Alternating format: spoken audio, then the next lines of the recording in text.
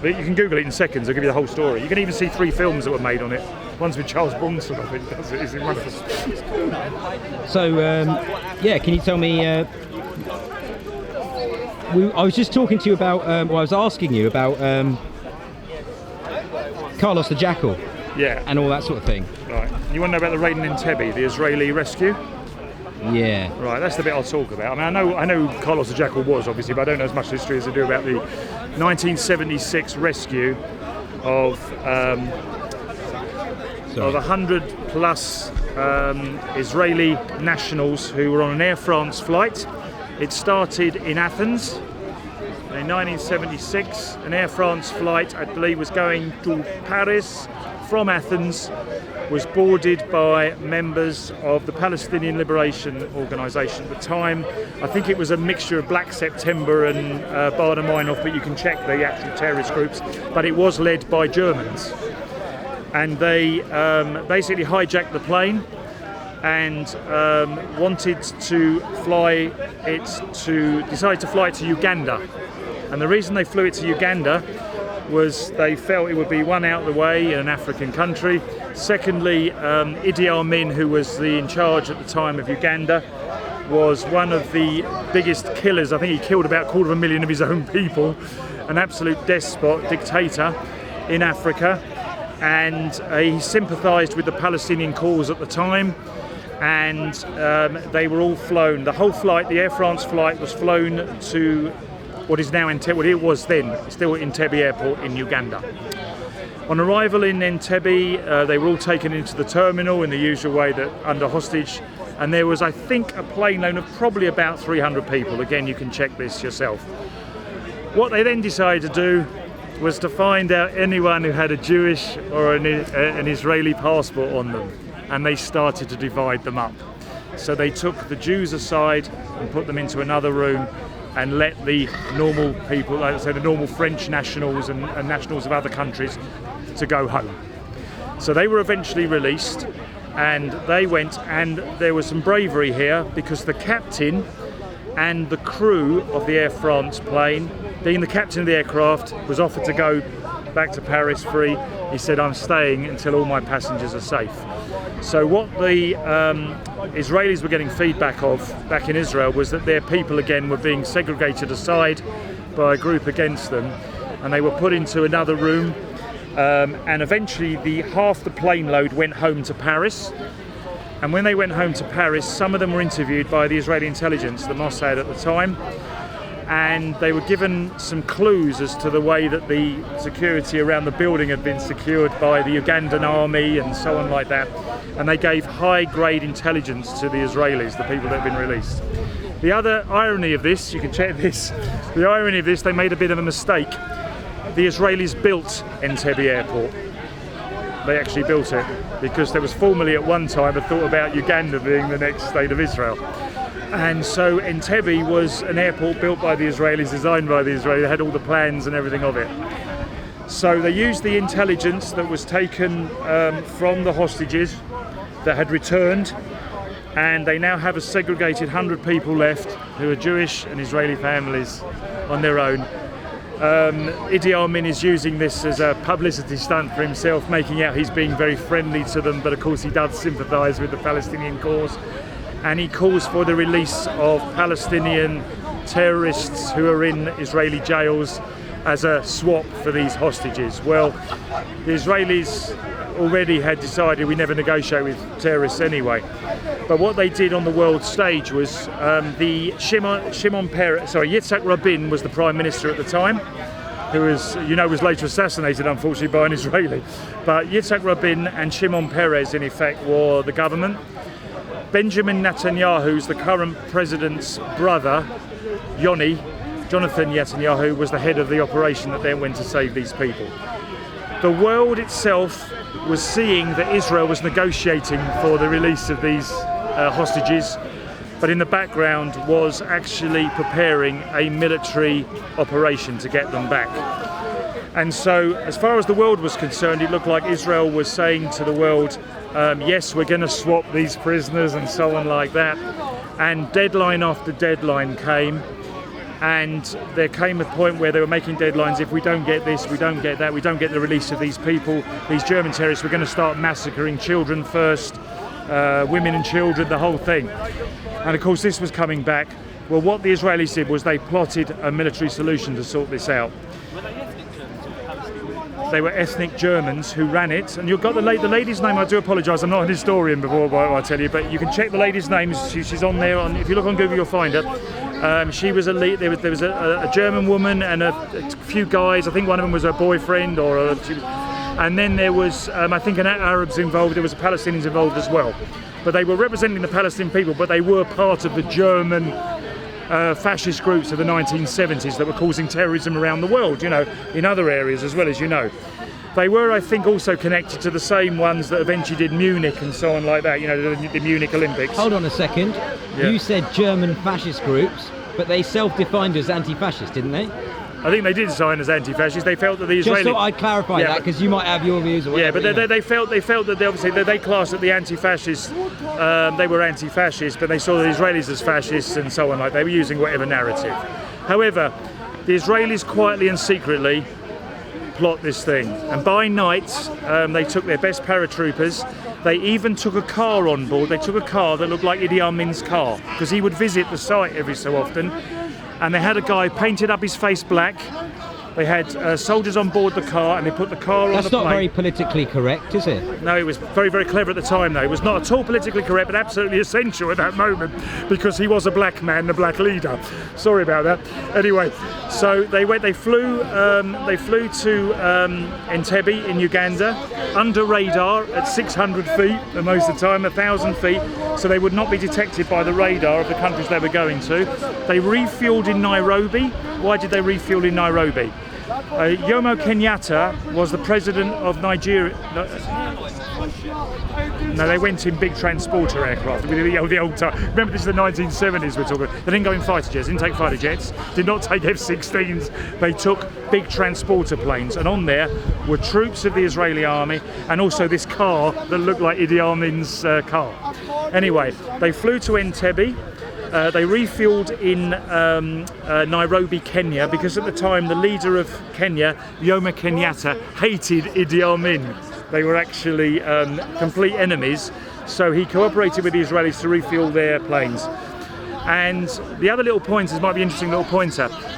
In those days there was a daily flight to Entebbe by British Airways, and how the Israelis managed to land undetected was, in those days the runway lights would only come on at certain times, because Entebbe was right in the middle of Africa here, and it was quite a primitive airport in itself, and the lights would only come on when there were planes coming to land. So how are they going to land with the runway lights behind? They followed the British Airways flight that came in, and when it landed they knew the lights would still be on, and behind it are these Israeli planes that no one's detecting are coming from Israel with these troops. They land on the edge of the airfield, and they... No. So the British Airways plane taxis off, whatever, and this plane comes in behind it where the runway lights are still on. So I can't remember how many planes. You can check the facts. It might have been 2 or 3 transporters. I think it was 2 transporter planes turned up. 2 transporters filled with Israeli soldiers came with this car. They unload the car. The guy gets in, blackens his face and everything, and sits in a full regalia looking like he's Idi Amin. And they drive to the terminal, and of course the terrorist guys come out and they're saluting Idi Amin, and as they salute him the Israelis come out the top and they start a fight with the Ugandan army. They've got the Ugandan army on Entebbe's roof, so they're firing, there's bullets going everywhere. They then storm the terminal, screaming in Hebrew, "Get down, we're Israelis have come," because they thought they were going to be massacred. They must have thought it was Ugandans coming in to massacre them. So when they go into the terminal, the Israeli forces are screaming at the people who are laying on the floor in Hebrew, "We're Israelis, we've come to take you, we've come to save you." Well, in the melee, 2 or 3 people Israelis got killed because they panicked. They got up and of course they're looking to see who they can kill. There was a gun battle between the terrorists, the Germans. They were all killed by the Israeli forces, and then the Israeli forces had to get them out of Entebbe, and they were expecting that Idi Amin was then going to launch his air force. Well, where was his air force? His air force was in Entebbe airport. So on the way out, the Israelis blew the entire air force up on the way out, and then they left Entebbe. But unfortunately, on the way out, Benjamin Netanyahu's brother, who was the head of the Force was shot from a control tower by a Ugandan. So he died. He dies in the plane on the way home. He dies, and there was a lady called Dora Bloch, who was this again famous. A lady called Dora Bloch, who was a Jewish lady who had fallen ill during the time she was there and was taken to a hospital in Kampala in Uganda, and she was eventually murdered after the event by obviously Idi Amin's troops as a revenge. But the Israelis managed to rescue just over 100 people. They boarded the plane and flew back to Tel Aviv, and that's what they did, and flew back to what is now Tel Aviv Airport. And they flew back, and nobody in Israel knew until the morning when the news broadcast said the plane's coming home with all these people. And even the soldiers that went to Entebbe did not tell their own families what they were doing. The whole thing was like, and it ended any more attempted attacks on Israeli aircraft or anything, or civilian aircraft for the rest of the time. That was the end. So they did actually get about 100 people back, and they lost, I think, 3 or 4 people who died in it. So that's the tale of Entebbe. And shortly after that, Idi Amin was deposed and went for exile to Saudi Arabia, if I remember rightly. But the operation at the time was called Operation Thunderbolt, and in honour of Jonathan Netanyahu, Benjamin Netanyahu's brother, who led it, it was changed to, it's now known as Operation Jonathan. That's what it's known in memoriam. And that was the raid of Entebbe. And if you need the full history of it, go and check on Google, you'll find what I'm telling you is fairly true. Yes. And what do you think of Netanyahu today?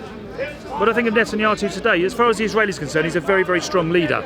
He, however, lives within a democracy in which he's hanging on for leadership, and he's having to go for another election in September because they've got a hung parliament, because most Israeli governments are done by coalition.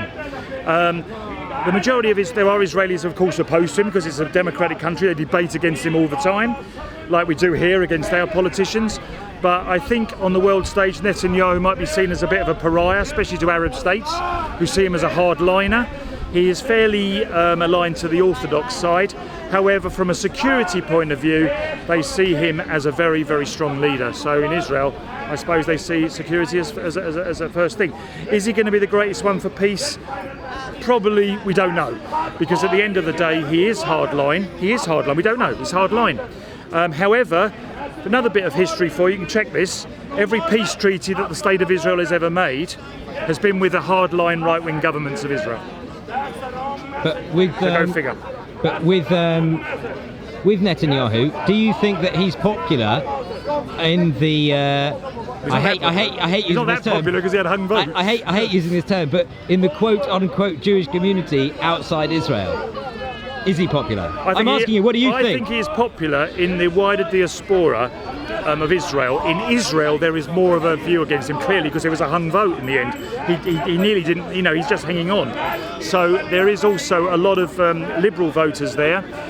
They have problems with the very, very right-wing Orthodox groups in Israel, who are also, you'll be surprised... He's not the furthest to the right at all. No, not at all.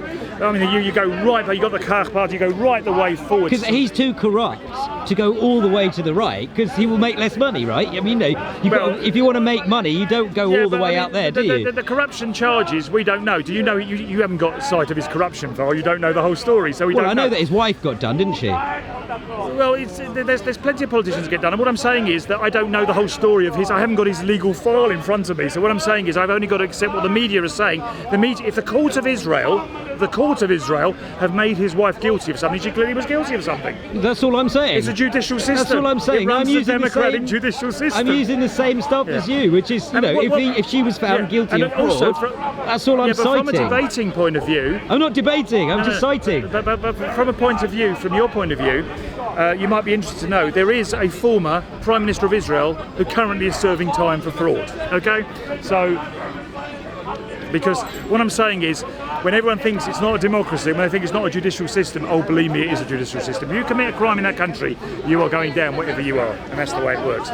So the Jews can pass judgment on the Jews, believe me. Okay?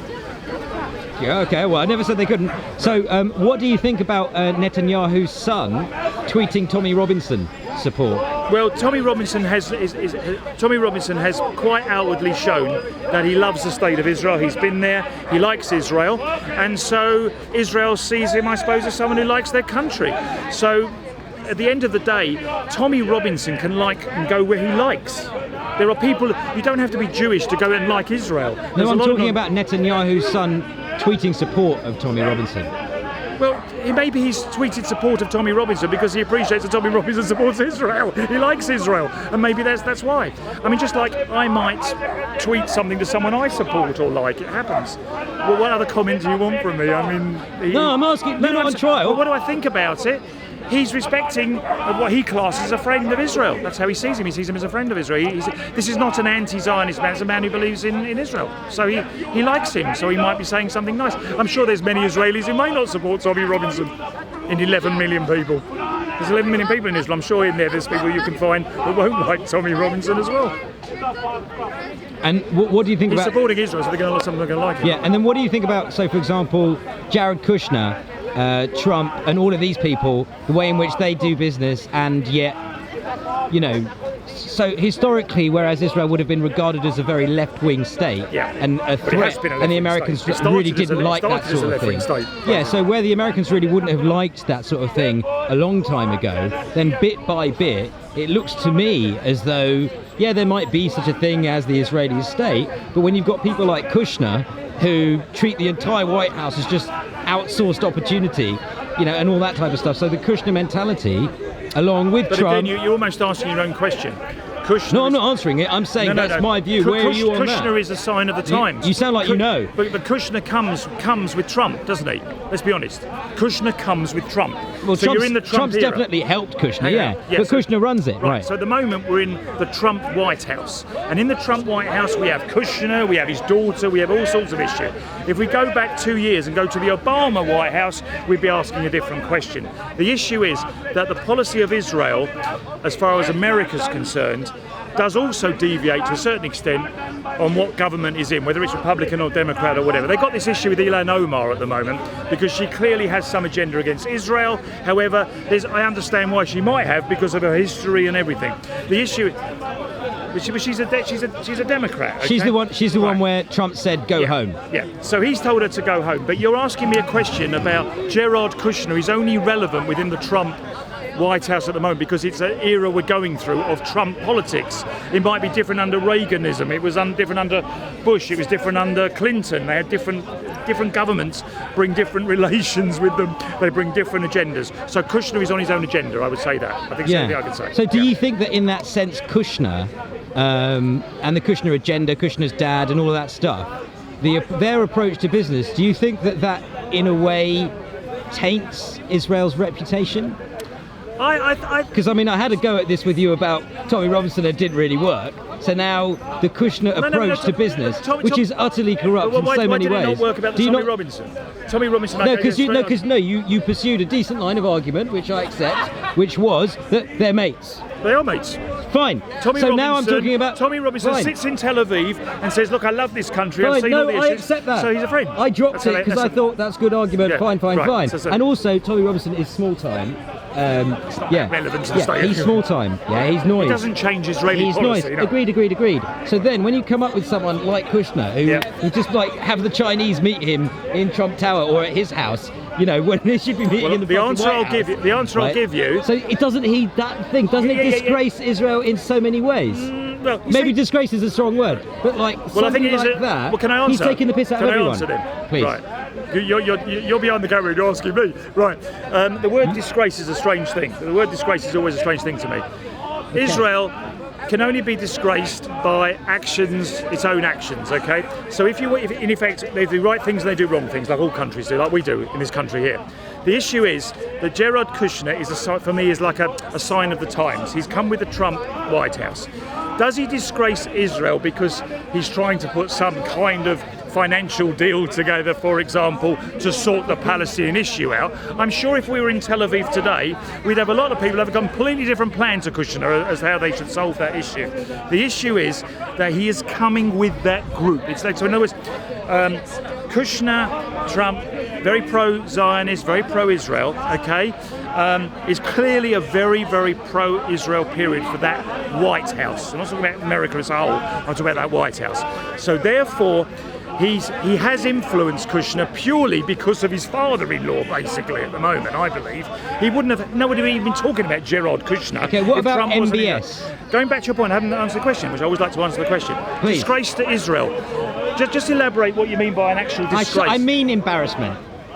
No. I don't mean disgrace. I mean embarrassment. Well, it's that they should have someone like that doing so much kind of for them, as if he has the right to either speak or represent anything to do with Israel, when in actual fact, he's a disgraced businessman. The only reason he has a right to speak for Israel is he's Jewish. Right. And as a Jew, he has an automatic right to that of immigration to that nation. So he could, in effect, say, "This is part of my birthright." He could use that. No, I'm answering the question. He could use that argument. But of all the people, so he could turn the birthright argument if he wanted to, and say, "I've got a right to be liaising with Israel because Israel is my birthright as a Jewish person." However, common sense point of view, from a powerful a political issue, he's only interested in money. Yeah, for me. Right, if you're asking me personally my view on Kushner, I'd rather Kushner would stay out of Israeli affairs, if I've answered your question. Right. I think the best people to deal with Israel, to deal with Palestine, to deal with everything, in the end will be the Israelis with the Palestinians, just like they've had to broker peace with other nations in the past. They've had agents in between them, like America and other countries. At the moment, the Palestinians work and live with the Israelis. Whether they like it or not, they're all part of that nation. They're not only geographically part of that nation, Palestinians actually are part of Israeli society. They work with them and everything. So the logic to me is, maybe there are too many outsiders trying to interject their agendas into Israel. However, at the moment with the Kushner issue, I would rather Kushner stayed out of it, because I think Israel's got a better chance of negotiating a peace with Palestinians on the ground between Palestine and Israel. You might need a broker, you might need an Arab broker, an American broker together, all in a panel, possibly. But the best people to sort out a peace will be both those sides, because there is already a potential there. If Mahmoud Abbas would have a better dialogue with the Israeli government, Fatah would drive out Hamas, which Hamas is causing lots of issues. They have an internal war. Israel has problems with, Israel at the moment has problems dealing with Palestinians to an extent because they're a divided force. If they were under one party, it would be easier. There's all sorts of issues. Israel has its own problems with its... I was going to say, divided force over there, but Israel's obviously... Well, can I finish my sentence? Thank you. I'm still listening, yeah. Yeah. You don't let me finish, that's what happens. Right, and I'm going on the Israel side, being balanced. They have an orthodoxy issue as well, and on the orthodoxy issue, you have got people of very, very, very religious backgrounds within Israel. Not all of the religious people living in those settlements. There are secular people living in those settlements, but the majority is very, very large portion of those are Orthodox Jews who believe those lands that the Palestinians are calling as disputed territory are part of Judea. They see it as their right of return as a birthright to that land. Okay? Now you put that all together as a cocktail, you got a problem. To me, the best way forward for this is, I think, a secular agenda between the Palestinians and the Israelis. Secular Israel built that country. Tel Aviv looks like Los Angeles because of secular Judaism, whether you like it or not. Technology, infrastructure, medical science, everything. They've got a lot to offer, but they also need peace to be able. There's a lot that both sides could offer. I believe the best way forward is for secular Judaism, secular Israel, secular, when I say secular Muslims, I mean the moderate within the Palestinian fringe, to sort out a two-state or three-state solution if it has to be, but Gaza is another complication. Gaza is another issue. But at the moment, the Palestinian people are not united. They are divided between Fatah and Hamas. They're divided. They're divided people. Thank you very much. Okay? Yeah, thanks. Anyway, please, just before I go, is it still running? Go on. I'm not a historian. I'm not a lecturer at the University of London or something. I'm just a normal guy who comes here. I've been coming here 50 years. Well, you be quiet, you. I'll be having words with you in a minute, so I know him. However, check your facts on Google about the raid on Entebbe. I think I pretty much 95% got it right for you. Thank you very much. All right, cheers.